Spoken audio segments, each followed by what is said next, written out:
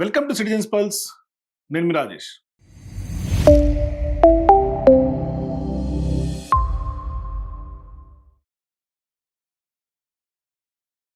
ప్రస్తుతం తెలంగాణ రాష్ట్ర రాజకీయాల్లో ఒకవైపు అధికార పార్టీ, మరోవైపు ప్రతిపక్ష పార్టీ. ఇట్లా రెండు పార్టీలు ఒకరి మీద ఒకరు ఫోన్ ట్యాపింగ్ సంబంధించినటువంటి వ్యవహారం మీద ఆరోపణలు, ప్రత్యారోపణలు చేసుకుంటున్నటువంటి పర్వం కనిపిస్తుంది. తాజాగా మున్సిపల్ ఎన్నికల సందర్భంగా ఆ ఎన్నికలన్నీ కూడా ఫోన్ ట్యాపింగ్ చుట్టూ తిరిగినటువంటి వ్యవహారం మనకు ప్రతిరోజు మనం మాట్లాడుతూ వస్తున్నాం. అయితే ఇక్కడ ప్రధానంగా ఏంటంటే మంత్రి పొంగులేటి ఆయన స్వయంగా ఫోన్ ట్యాపింగ్ ఇంకా కూడా జరుగుతోంది అని ఆయన మాట్లాడుతున్నారు. అయితే జరుగుతోంది, ఎవరు చేస్తున్నారు? ఫామ్ హౌస్ లో ఉన్నటువంటి కేసీఆర్ గారు చేస్తున్నారు. ఆయన స్వయంగా అన్నీ కూడా వింటున్నారు అని సాక్షాత్తు రేవంత్ క్యాబినెట్ లో ఉన్నటువంటి పొంగులేటి శ్రీనివాసరెడ్డి గారు చేసినటువంటి కామెంట్స్ ఇవి. అంటే పొంగులేటి శ్రీనివాసరెడ్డి గారు ప్రభుత్వంలో ఉన్నారా, లేదంటే ప్రతిపక్ష నేతగా ఉన్నటువంటి కేసీఆర్ గారు ప్రభుత్వంలో ఉన్నారా అనే చర్చ ఎప్పుడైతే ఆయన వ్యాఖ్యలు చేశారో అప్పటి నుంచి స్టార్ట్ అయింది. అయితే ఇప్పుడు అసలుగా ఫోన్ ట్యాపింగ్ నిజంగానే ఇప్పుడు రేవంత్ ప్రభుత్వంలో కూడా జరుగుతోందా? ఎందుకంటే చాలా మంది మంత్రులు ఫోన్ ట్యాపింగ్ జరుగుతోంది, మేము స్వేచ్ఛగా మాట్లాడుకోలేకపోతున్నాము అనేది బహిరంగంగా చాలా మంది కాంగ్రెస్ పార్టీలో జరుగుతున్నటువంటి చర్చ.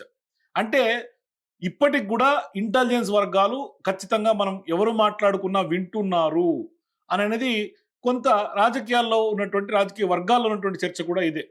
అయితే ఇటువంటి సందర్భాల్లో ఇప్పుడు రేవంత్ ప్రభుత్వంలో ఫోన్ ట్యాపింగ్ జరుగుతోందా? బీఆర్ఎస్ పార్టీ నాయకులు కూడా ఇదే ఆరోపణలు చేస్తున్నారు. ఇప్పటి ప్రభుత్వంలో కూడా రేవంత్ రెడ్డి ప్రభుత్వంలో ఫోన్ ట్యాపింగ్ జరుగుతోంది. సాక్షాత్ బీఆర్ఎస్ పార్టీ నాయకులైనటువంటి కేటీఆర్ అయినా, మాజీ మంత్రులు హరీష్ రావు లాంటి వాళ్ళు కూడా ఇప్పటికి కూడా ఆరోపణలు చేస్తూ ఉన్నారు. సో నిజంగా ప్రభుత్వంలో ఫోన్ ట్యాపింగ్ జరుగుతుందా, లేదు అంటే కేసీఆర్ గారు ఫామ్ హౌస్ లో ఉండి ఫోన్ ట్యాపింగ్ చేస్తున్నారా? అసలు సాధ్యపడుతుందా? అంటే ప్రజలు ఏది చెప్పినా నమ్మేస్తారులే అని మంత్రి గారు బొక్క బొర్ల పడినట్టుగా ఉన్నారు. మరి ఓట్ల కోసం ఇంత దిగజారాల్సినటువంటి అవసరం ఏముంది మంత్రి పొంగులేటి గారికి అనేది మరో చర్చ. అయితే ఒకసారి పొంగులేటి ఏమన్నాడో ఎగ్జాక్ట్ గా వినే ప్రయత్నం చేద్దాం. ఆ ఫోన్ ట్యాపింగ్ సంబంధించిన ఎక్విప్మెంట్లు ఇంకా వీరి దగ్గర ఉన్నట్లు నాకు అనిపిస్తుంది. ఏదైతే నేను కాన్ఫరెన్స్ లో నేను తీసుకున్న కాల్ని నేను ఏం మాట్లాడానో అని మీరు అడుగుతున్నారో, వీరి దగ్గర ఫోన్ ట్యాపింగ్ చేసి ఉండకపోతే ఇప్పుడు కూడా చేస్తున్నారు. దీన్ని బట్టి ప్రభుత్వం సీరియస్ గా తీసుకుంటుంది. ఈ ఫోన్ ట్యాపింగ్ ఎక్విప్మెంట్ ఇంకా ఉన్నది అని నిర్ధారణ అవుతుంది. కాబట్టి తప్పకుండా ఈ ఫోన్ ట్యాపింగ్ సంబంధించిన దాంట్లో వీరి పాత్ర ఏముందో కూడా ఈ ప్రభుత్వం ఓపెన్ చేస్తుంది. ఇంకా ఎన్ని ఎక్విప్మెంట్లు ఏ మామిడి తోటలలో, ఏ ఫామ్ హౌసెస్ లో ఎవరు ఇంట్లో ఉండి ఇంకా దొంగతనంగా ఈ ఫోన్ ట్యాపింగ్ లో ఎంతమంది వింటున్నారో ఈ ప్రభుత్వం ఎంక్వైరీ చేసి వారిని కూడా చట్టరీత్యా తగు చర్యలు వారి మీద కూడా తీసుకోవడం జరుగుతుంది. విన్నారు కదా మంత్రి పొంగులేటి గారి యొక్క వాదన. నిజంగానే పొంగులేటి గారు చెప్పినట్టుగా కేసీఆర్ గారు ఫామ్ హౌస్ లో నుంచి అసలు ఫోన్ ట్యాపింగ్ జరిగే అవకాశం ఉంటుందా? అక్కడ ఎక్విప్మెంట్లు, సర్వర్ రూమ్లు ఇన్స్టాల్ చేసే అవకాశం ఉంటుందా?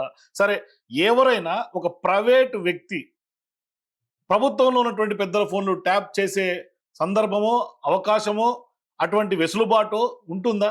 మరి మంత్రి పొంగులేటి గారు మతి తప్పి మాట్లాడుతున్నారా, లేదు అంటే ప్రజల్ని మభ్యపెట్టేందుకు మాట్లాడుతున్నారా, లేదు అంటే ఈ వ్యాఖ్యలు విని నిజంగానే ఫోన్ ట్యాపింగ్ జరిగిందని ప్రజలు నమ్ముతారా? మరి నమ్మి ఓట్లేస్తారా? ఇదంతా విడ్డూరంగా ఉంది. అసలు అధికారంలో ఉన్నప్పుడే మేము చేయలేదు మొర్రో అని మొత్తుకుంటుంటే బీఆర్ఎస్ పార్టీ నాయకులు, ప్రూఫ్లు లేక ఎగ్జిస్టింగ్ ఫోన్ ట్యాపింగ్ కేసే 2 ఏళ్లుగా సాగుతూనే ఉంది విచారణ. సిట్కి ఏం ప్రూఫ్లు దొరికినాయో ఇంతవరకు తెలియనటువంటి పరిస్థితి. ఉన్నటువంటి ఆధారాలన్నీ కూడా ఇప్పుడు మొన్న ఫోరెన్సిక్ సైన్స్ ల్యాబొరేటరీలో పెద్ద ఎత్తున అగ్ని ప్రమాదం జరిగితే ఏ ఆధారాలు ఉన్నాయో, ఏ ఆధారాలు తగలబడిపోయినాయో కూడా చెప్పలేనటువంటి స్థితిలో ప్రస్తుతం తెలంగాణలో ఉన్నటువంటి పోలీస్ శాఖ ఉంది. డీజీపీ గారి దగ్గరే దానికి సమాధానం లేదు. ఇటువంటి వ్యవహారం ఒకవైపు నడుస్తున్నటువంటి క్రమంలో మాజీ ముఖ్యమంత్రి ఫామ్ హౌస్ నుంచి నా ఫోన్ ట్యాప్ చేస్తున్నారు అని మాట్లాడుతున్నారు మంత్రి పొంగులేటి అంటే నిజంగానే ఏం జరిగి ఉంటుంది, ఎవరు ట్యాపింగ్ చేయించి ఉంటారు అనేది ఒక పెద్ద చర్చ. అయితే ఇక్కడ సీన్ కట్ చేస్తే మున్సిపల్ ఎన్నికల సందర్భంగా ఇదే మంత్రి పొంగులేటి గారు ఆయన ఆడియో ఒకటి కలకలం రేపుతోంది రాజకీయాల్లో. ఏంటి, ఆయన ప్రభుత్వ సంఘాలతోటి ఏ బూత్లో ఏ వార్డులో ఎన్ని ఓట్లు ఉన్నాయి, వాళ్ళకు నేను ఉన్నాను అంటూ కూడా అండగా ఉండటం, వాళ్ళందరితో కూడా ఓట్లు అభ్యర్థించడం, ఖచ్చితంగా బ్రతిమాలి భయపెట్టి భయభ్రాంతులకు గురి చేసి వాళ్ళతో మాట్లాడినటువంటి ఆడియో క్లిప్పింగ్స్ కూడా ఇప్పుడు సోషల్ మీడియాలో అట్లాగే వార్తల్లో చక్కర్లు కొడతా ఉన్నాయి.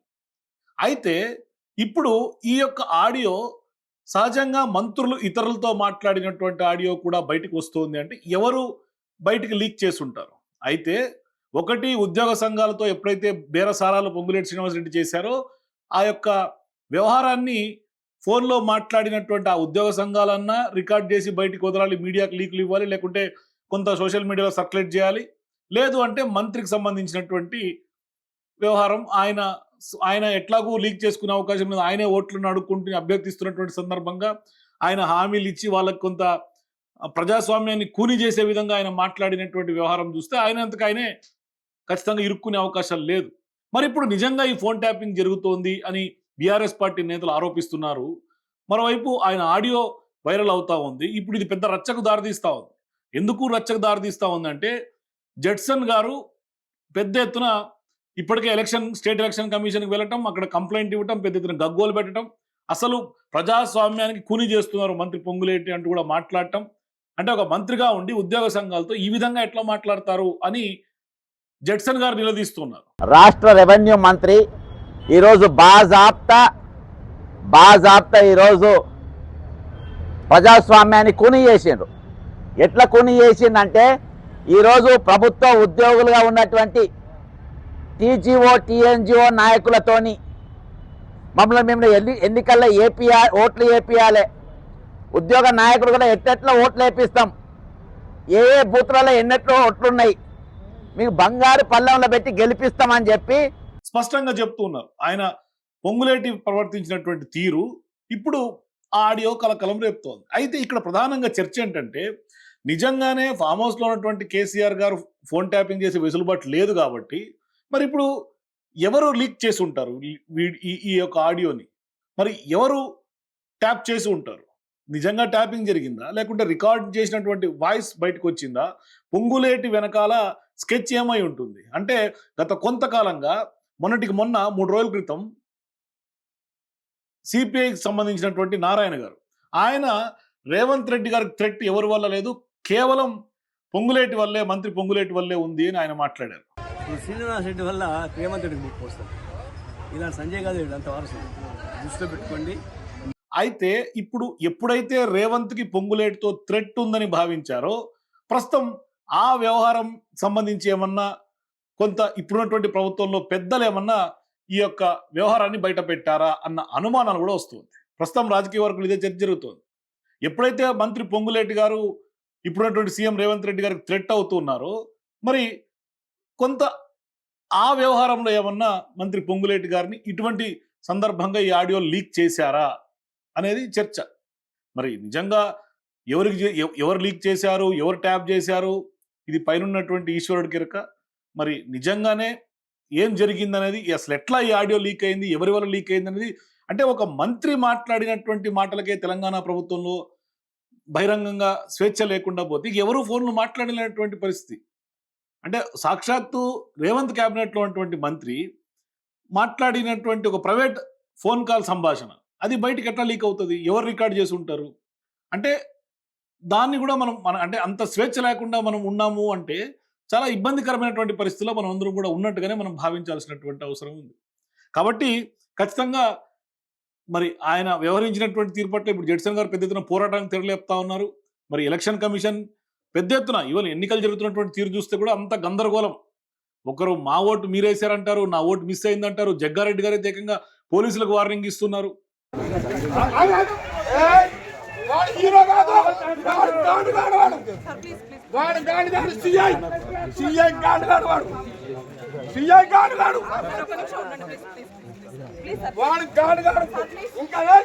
సినిమా హీరో అనుకుంటున్నావు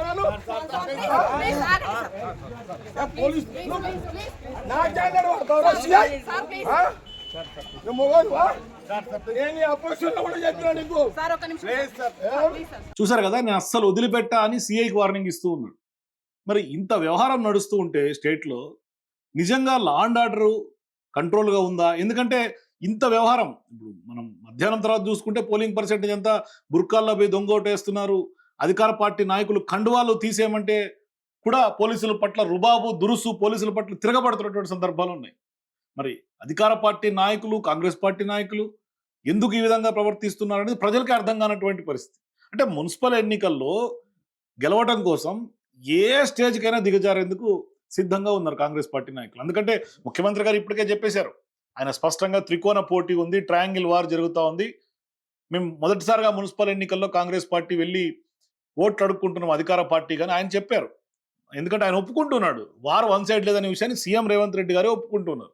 కాబట్టి ఇప్పుడు మున్సిపల్ ఎన్నికల్లో ఏం జరగబోతుంది ఒక పెద్ద ఎత్తున ఒక ఉత్కంఠం రేపుతున్నటువంటి అంశం అయితే, అంటే మెజారిటీ మున్సిపాలిటీలు ఎవరు కొడతారనే ఒక చర్చ అయితే, ఈ ఫోన్ ట్యాపింగ్ కలకలం నిజంగా ఏం జరుగుతోంది స్టేట్లో అనేది అర్థం కానటువంటి పరిస్థితి.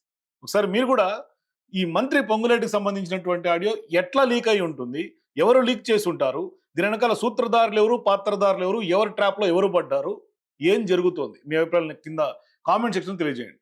మరిన్ని వీడియోల కోసం సిటిజన్స్ పల్స్ ఛానల్ని సబ్స్క్రైబ్ చేసుకోండి. For more videos please watch citizens pulse.